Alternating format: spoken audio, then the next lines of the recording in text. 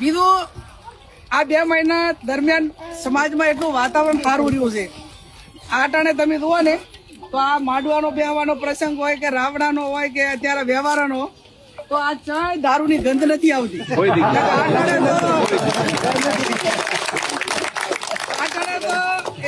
બપોર પર માથું ચડે પાડું દારૂડિયા કને બે એટલે બીજું વધારાનું માગું છે.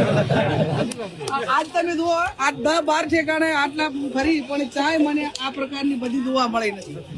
એટલે ભગવાન દારૂડિયાને સદબુદ્ધિ આલી દે અને હું તો હબુતું બંધ કરે એવી ભગવાનને પ્રાર્થના, સદારામ બાપુને પ્રાર્થના.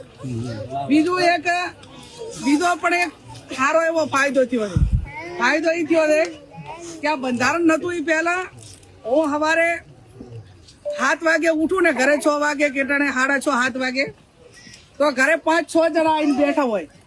અને 5-6 જણા આવીને બેઠા હોય. કેમ બેઠા હોય? એમને ખબર કે હું મોડા દઈશ તો બેન નીકળી જશે, પણ પીડા એ બેઠા હોય. પીડા કઈ હોય? સામાજિક પીડા હોય. કોઈને દીકરીનું હોય, કોઈને વહુનું હોય કે બેન આ લગ્ને ગયા હતા અને આ ડીજે વાળા હતા અને આના કારણે આ દીકરી અને હિસાબે આવી ઘટના બની, અમારે વહુની ઘટના બની. પણ માતાજીની કૃપાથી આ ડીજે બંધ થયું એટલે આપણે નોતરો વગરના જે મહેમાન હતા એ ગયા. હા, ડીજે વાળામાં તો કોઈ નોતરું હોય ને, જે હોય દેવાન તેવા બધા આવેલા એટલે બધી કરીને જાય ને રસોડું બધું ભેળીને જાય.